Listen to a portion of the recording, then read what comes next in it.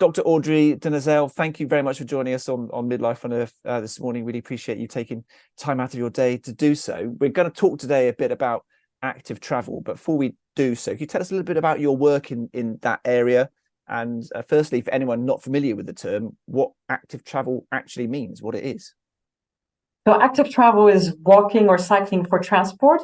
Some people also include in their public transportation, or it can be scooting, anything that requires some level of physical activity to transport yourself. So, but typically we refer to that as walking and cycling. And my research is really pretty much anything related to how we might be able to promote active travel. So some of it is understanding the health impacts of active travel. Do a lot of work on air pollution, on physical activity, but also the exposure to green space. So lots of different aspects of the types of policies that you implement to be able to promote active travel, and what are the impacts of these policies, but also what will encourage people to walk and bike. So I do a lot of research on understanding the determinants of walking and cycling. What is it in our built environment in our cities that will lead to more people walking and cycling? So bike lanes, more dense urban environments, so that your destinations are close by, comfortable environment, not too much traffic, interesting urban designs and streets, exposure to green space, all these things that will encourage people to walk and bike. And also, what is it that's going to encourage policymakers to put in place the policies that will then encourage people to walk and bike? And also, I do a bit of work on trying to understand how we can engage the public to then put pressure on policymakers to promote that type of policies, urban policies, to reduce car use and increase walking, cycling, public transportation. So a bit all over the place, but Fantastic. With one consistent theme, which is getting people out of their cars and into walking, cycling, public transportation to improve health and well-being, and of course address planetary health as well, including climate change, air pollution, etc. Fantastic. Well, fascinating stuff. And it's interesting that it's two sides of the coin there, in terms of the fact that you've got to work on the people, but also you can't do much without the support of government and the policy and the decision makers at the same time as well. So it's interesting, obviously, how the two have to go side by side for anything to happen at all.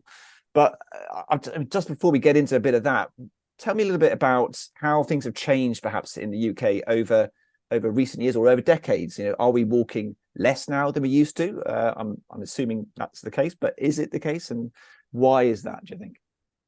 Well, I think historically there's been a reduction in walking, but I think there's now more and more of an interest in bringing it back. So yes, we of course back in the days that we didn't all have cars, so clearly people were using other means of transportation. So of course there was more walking once upon a time. There was and then since of course the car has started dominating our cities, but I think now there's a real understanding that doesn't make sense to continue in that route. In fact, I'm pretty convinced that in the future we'll be looking at pictures of our cities in the UK and thinking, what were these people thinking with all these cars? So I see that vision of the future is that our cities will not be full of cars. It's just like seeing people smoking cigarettes in movies and ads. It's going to look a bit like that, I think. So I think we're now on a trend where we're understanding that there's a need to push for much more human scale, livable type of cities, which really means reducing the dominance of cars and encouraging people to walk and bike. So I think we're on an upward trend now. Is that the case in terms of people's psychology as well, in terms of the fact that if that sort of infrastructure and the dominance of the car is on the wane, does that mean that we are perhaps not as lazy as we used to be, or is that the case? Or I don't know. How does that translate into people's psychology? Yeah, well, maybe I'm showing a bit of optimism there, because we're not completely there yet. I think, but it's a bit of a mixture of psychology and infrastructure, right? I mean, it's not I think more and more people get the importance of being more physically active. I think there's a real understanding that physical activity is so important for our health and quality of life. So is breathing cleaner air. I think people, especially since COVID, have really started understanding the importance of reducing air pollution and of increasing physical activity for all aspects of our health. So I think psychologically people are getting that need. What hasn't quite followed sufficiently is the policies that create the infrastructure so that people are not scared of walking, especially of cycling in cities. And that's because to be able to promote cycling for everyone, including mothers and their children, we really need to create a very safe environment. So it's not just psychological. Of course, if you do the math, even though it's dangerous to cycle currently, it's still better for you to cycle than not to cycle. So even though there is a risk of traffic injuries or inhalation of air pollution, overall, it's still better for your health to integrate that physical activity in your daily life. So I think we need to, and I think that's an important aspect that needs to be internalized a lot more. That actually it is a beneficial thing for your health, even given current conditions. But to really get people to push people to bike, you really need to give them that sense of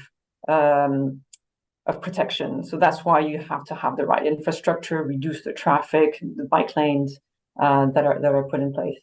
I lost my train of thought. I can't remember what the beginning of your question No, that's absolutely fine. It's fascinating. A lot of what you said it relates to the urban experience and some of the challenges facing urban areas. But I'm presuming as well, but this isn't purely an urban issue. I grew up in the countryside, middle of nowhere. We couldn't get anywhere unless we had a car. We were reliant on our car to get anywhere, do anything. So presumably, it's a challenge in rural areas as well as it is urban. Yes, of course, it's much more challenging in rural areas because the destinations are far away. And that's why I think, start with the low-hanging fruits. We have two-thirds of car travel in cities like the UK, like London, are less than 5 kilometers, which is completely bikeable distance, right? Mm-hmm. So we do have the type of built environments in cities that enable people to theoretically be able to walk and bike.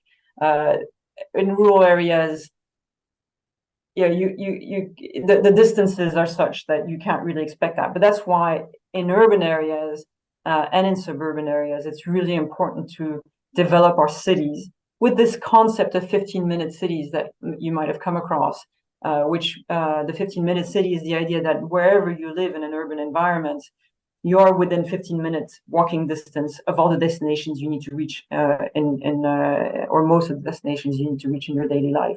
So if you create that land use pattern, that infrastructure, so that destinations are sufficiently close, then really there's no reason. I mean, of course, everybody has some reason, disabilities, whatever that might make it impossible. But most people, the majority of the population, will be able to walk and bike as part of their daily lives. Rural environments, I mean, that's why we can't have everybody living in rural environments. It's a completely unsustainable way of living unless you live on a farm and you farm your farm. But in terms of people who live in rural environments and then need to go and do all their to commute to work and do their shopping, I mean, that's not a very sustainable way of living. So I totally appreciate what you're saying in terms of some of the fact that it's not sustainable to in terms of some of the challenges of living in that rural environment. But looking at cities around the world, are there gold standards that the UK can be looking towards? Are there good examples of best practice that we can learn from? And where should we be looking for how we should be doing things? Yeah, so I think usually the first thing, that image that comes to people's minds when it comes to particularly cycling is the Netherlands, Amsterdam and cities across the Netherlands, and we often think that it's a cultural thing that they're just cyclists there. And that's the reason we think that is that, of course, they've been cycling for a long time. But if you look at pictures of Amsterdam or most Dutch cities in the 1970s, they were just as car-centric as we are. And it took political action. It took a major turn in the policy and the decision to reduce car use and increase cycling that made it happen. So they of course are complete trailblazers because they made this happen in 1970s. So it was actual very strong political action in 1970s that led to the cities we know in Amsterdam and in Utrecht and The Hague and all those beautiful cities in Holland that really are a paradise for cyclists. Copenhagen, of course, another city that's so well known for cycling, and again, that was very important political action that took place there, to a political choice to make it happen. More recently, you have cities like Paris that really have been pushing to reduce car use, promote walking and cycling. Paris, the mayor there, Anne Hidalgo, was everybody thought that was political suicide. She would never get reelected, that it was so controversial. But no, not only did she put in place really ambitious policies to reduce car use, but she even got reelected. So that should kind of help with the policymakers that have that fear of not being reelected, that actually you can have a very ambitious policy framework to reduce car use and still be re-elected. And not only that, but politicians now on the that were opposed to all these actions are now saying, oh no, of course, no, those were good policies, but it's just the way it was implemented that was the problem, which tells you that there's a real turn, because even the opposition is now saying, no, that was the right thing to do. So I think there's Oslo, Barcelona, Hamburg. I mean, there are a few cities around the world that are making this happen. So there's precedent, Milan as well. Some of us are going in the right direction, not all of us. Okay. But it sounds like we're playing catch up here in the UK, effectively, though. And when you look to some of those cities, especially Amsterdam, as you say, in the 70s, they've got a 50-year head start on us then in terms of where we should be. But how do we go about bringing about that kind of significant change at a sort of city by city level, but then also at a national level as well? When there's so many other priorities in facing government, facing local government at the moment, how do we actually go about bringing about that kind of change? That's a good question. I'd love to have the answer, but I think one of the things that can bring about change is I think we as researchers have, of course, a role to play at showing the evidence base. And I think what's very unique about solutions such as walking and cycling, active travel as a transport solution to environmental problems like air pollution is that it's also promotes all kinds of other solutions to environmental and health problems.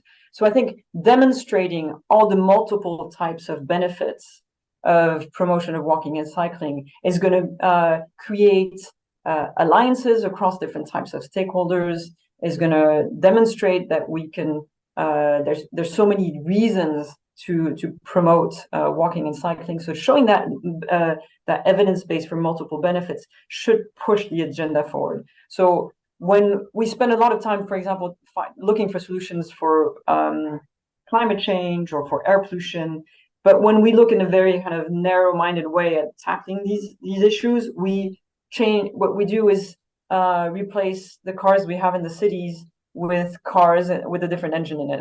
So we promote electric vehicles. And yes, electric vehicles is part of the solution, and also it will help reduce air pollution and it will help reduce CO2 emissions. But that's it. It won't do anything else.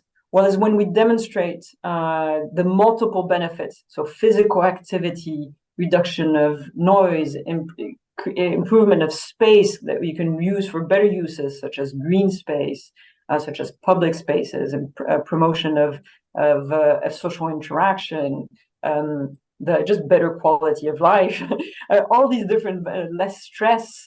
We know that people who walk or bike have less stress in their lives than people who take motorized transport. So if we can put together a package of all kinds of different benefits, I think together we can then create that sense that actually, yes, by looking at the system as a whole and not in isolation, it makes sense to promote that kind of solution. So I think we as researchers have a role to play to demonstrate all these multiple benefits and show the systemic impact of different policies. And then I think we need to engage the public to try to help the public see a vision of the future, for the public to understand this is not about a sacrifice and letting go of their rights that they of driving, which maybe some people feel, but it's actually a something that's beneficial for all of us. It's a vision that we can embrace of a desirable future, and I think we don't do that enough. I think everybody tends to focus on how getting people out of the cars means that all those poor people who currently drive, they're going to be really negatively affected. But in fact, they're going to be positively affected. And we really need to hammer that in, that actually it's a benefit. I mean, if you think about physical activity as being such a important determinant of life, and people struggle so much at trying to find ways to integrate that in their daily lives. I mean, there's in my life, there's no way I can go to the gym. I've got 2 small children. When I drop them off, go to work, pick them up, cook dinner, clean the house. There's no way I can find time to go to the gym, and I'm sure that a lot of people will recognize themselves in that. Well, the only way I remain in good health is that I do all the drop-offs, pick up, shopping, going to work, cycling. My only physical activity, and I'm fit. But that's all the physical activity I get, and there's no way I'm going to find time to go to the gym. So I think that's the kind of image and understanding that we need to create in the members of the public, so that they also push their elected officials. I think policymakers, elected officials need to understand that that's what the public wants. And I think there's a false sense of controversy around policies. Yes, there are some very vocal people who are going to be really noisy and say, no, we don't want anybody to touch our right to drive. But in fact, there's a silent majority of people who see the benefits and embrace that vision of the future. We need to make those people a bit more vocal, so to balance out the very noisy people make it very controversial to implement ambitious policies in cities to reduce car use. Oh, fantastic. That's obviously that's a challenge, and getting people to speak up is always a challenge. But in terms of getting people to actually make change themselves, what would your advice be to someone who perhaps is watching this or reading this and is very prone to just jumping in the car to go to the shops, or takes the kids to school in the car because they're running out of time, they're late for work? What would your advice be to them, and what are the first steps, simple steps people can take to give up the car and to try and be a bit more active? So I think several things. One is if you find it completely impossible for yourself to cycle because you find it just too scary, you don't want to put your kids in it, you think it's just too dangerous, the first thing to do is write to your elected official, write to your local councillor, write to your MPs and say, no, I want to be able to have this lifestyle, but I cannot, given current conditions, it's too scary. So that's always something you can do, which is to put pressure on your politicians. So there's always something, a concrete action that everyone can do. There's no excuse about that. All right. Okay. So then the next step is, if you can try to do something for yourself, I would say is start with a Sunday morning cycle ride where there's less traffic. Get used to it and see the point, understand how pleasant it can be. And then there's a bunch of cycle training courses that local councils offer. So look up a cycle training course, which should help get familiar with cycling and traffic. And I think that's really, there's wonderful resources out there for that. There's cycle training in schools as well. So take advantage of all those opportunities. And then I think once you realize that, yes, there is a sense of danger and it's scary, but again, it is overall, the research shows that overall it's much more beneficial for your health to integrate that level of physical activity in your daily life. Especially children do not get enough physical activity in their daily lives, and there's an increase in overweight and obesity rates in the UK, particularly for children. So I think daring to go out there. But yes, you have to, of course, be careful, and then so spend time choosing your routes. Yeah, you don't have to always take the most traffic routes. You know, choose the quieter routes. Make sure that so if you go with your kids should be in front of you rather than behind you, so you'll be able to watch them and direct them from outside. Start with a Sunday morning ride, gradually get used to it, feel the pleasures, feel the joys of cycling, and then quickly enough you'll get hooked.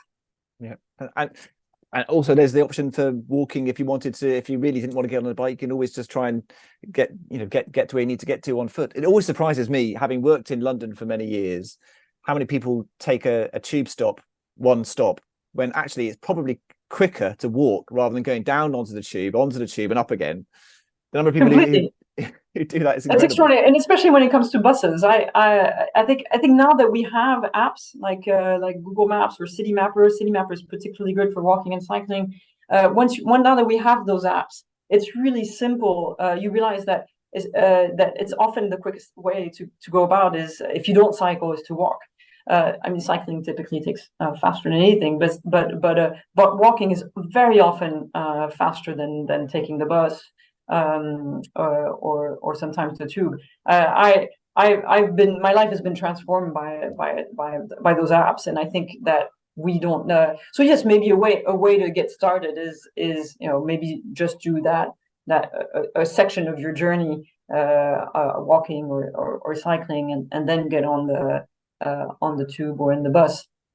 But certainly, I've been amazed at how when the choice of taking a bus or walking with my children, I used to try to take the bus to take them swimming, and in fact, yeah, I mean, yes, it was a good hour, depending on when you got the bus. But cycling is 20 minutes and walking is 40 minutes, so absolutely, might as well you could spend just as long waiting for the bus as you could have taken to get to the place you're going to. Thank you ever so much. One final question for you. You're as you've said, you're a cyclist.